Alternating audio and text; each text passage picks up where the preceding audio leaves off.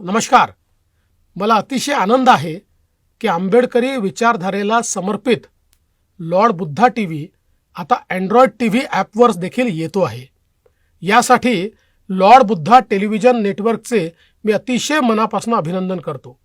Bharat Ratna doctor Babasaheb Ambedkar यांनी 31 जानेवारी 1920 रोजी मूकनायक हे वृत्तपत्र सुरू केले.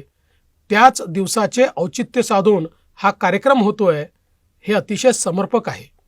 एका महत्त्वाच्या कार्यक्रमामुळे मला मुंबई बाहेर जावं लागतं आहे, त्यामुळे या कार्यक्रमाला उपस्थित राहणे मला शक्य झाले नाही याचं मला शल्य आहे.